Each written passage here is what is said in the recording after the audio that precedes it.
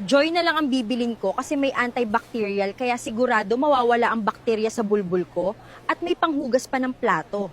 Sakto, wala pa pala si Bulbulito sa bahay. Magluluto muna ako ng pagkain para pagdating ni Bulbulito, kakain na lang siya. Meanwhile, Grabe ka, Bulbulin. Napakagaling mo pala mag-helicopter style.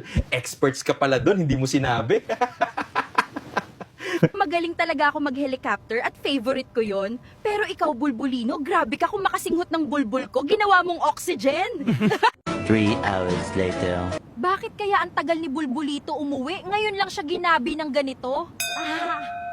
Andito na si Bulbulito. Bulbulito, kumusta ang trabaho mo? Alam ko pagod ka, kaya kumain ka muna. Ipinagluto na kita ng hapunan yung favorite mong pagkain. Wala akong gana kumain bulbulita dahil sa amoy mo. Ano ba yung ginagamit mo sa bulbul mo? Bakit ganyan ang amoy ng bulbul mo?